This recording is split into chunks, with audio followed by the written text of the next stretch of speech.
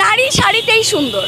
শাড়ি পরছে, একটা মেয়ের ড্রেস আপ নিয়ে যেখানে অলরেডি কমপ্লিমেন্ট হয়ে যাচ্ছে, তাকে আমি কিভাবে পুরুষ বলি? শো আপ করার জন্য আসলে 5 থেকে 10 মিনিট থেকে চলে যেতাম। শো আপ করতে গেলে তো আমরা সাংবাদিকদের ডেকে নিয়ে এসে প্রেস কনফারেন্স বসাই দিতাম, তাই না? ট্রাফিক রুলস আছে, পুলিশে যে কত কষ্ট করে এখন নিজেরা করার পরে বুঝতে পারতাছি।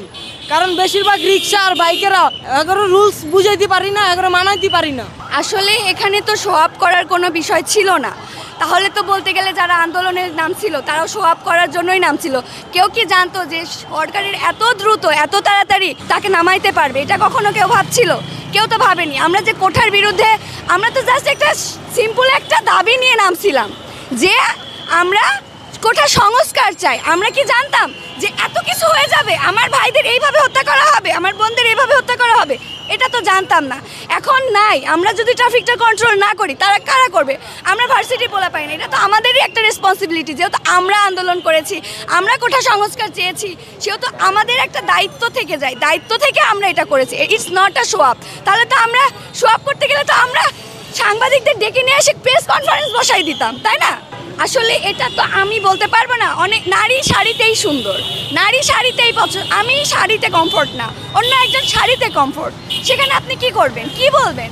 শাড়ি পরছে, একটা মেয়ের ড্রেস আপ নিয়ে যেখানে অলরেডি কমপ্লিমেন্ট হয়ে যাচ্ছে, তাকে আমি কিভাবে পুরুষ বলি? যে বলেছে আমি তার সাথে একমত নয়।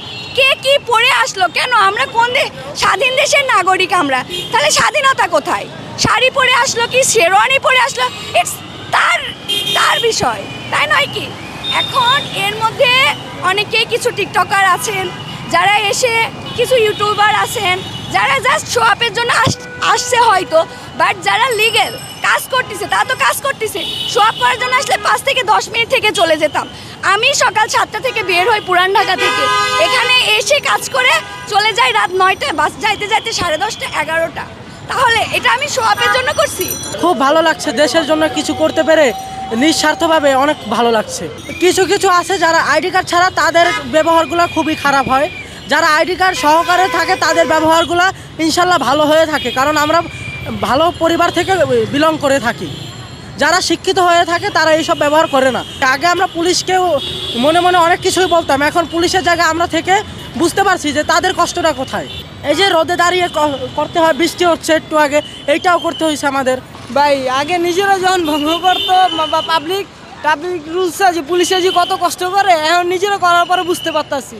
কারণ বেশিরভাগ রিক্সা আর বাইকেরা কোনোভাবেই মানতেছে না, এগারো রুলস বুঝাইতে পারি না, এগারো মানাইতে পারি না। ভাই আমরা তো একজন স্টুডেন্ট, কারোর সাথে খারাপ বিহেভ করতে পারতাছি না বা কারোর মারধরও করতে পারতাছি না। এই কারণে বেশিরভাগ ম্যাক্সিমামই মানুষ এটা জানা সত্ত্বে রুলসগুলো তো ভাঙে। আমরা নতুন বাংলাদেশ আবার সুন্দর করে সবাই একসাথে মিলেমিশে গড়ে তুলতে চাই। নতুন বাংলাদেশ আমাদের মতো করে করতে চাই, স্টুডেন্টদের মতো করে। আগে যে সরকার ছিলেন তিনি যেভাবে যে স্বৈরাচারের মতো করে যে শাসন করে গেছেন, ওইটা চাচ্ছি না। আমরা স্বাধীন বাংলাদেশে স্বাধীনভাবে বাঁচতে চাই। প্রত্যেকটা নাগরিক তার নিজ নিজ মতামত দিতে পারবে, কথা বলতে পারবে। কিছুদিন আগ পর্যন্ত আমরা ফেসবুকে একটা সিম্পল কথা লেখারও সাহস ছিল না। এমনকি আমাদের হাজার হাজার ভাইদের ওপর গুলি করে হত্যা করা হয়েছে নির্বিচারে। এইগুলো আমরা চাই না। যারা এমপি মন্ত্রী হবেন তারা তাদের যে সম্পদ, এগুলার আমরা জনগণ জবাবদিহিতা চাই। আমরা যাতে জনগণ জানতে পারি যে কোথা থেকে কি, কোন সম্পদটা কোথায় কতটুকু টাকা ব্যয় করা হচ্ছে, কোন ক্ষেত্রে কোনটা যাচ্ছে না যাচ্ছে, যাতে আমাদের কোনো সম্পদ চুরি না হইতে পারে। সব কিছুর আমরা জবাবদিহিতা চাই, জনগণ যেন জানতে পারে।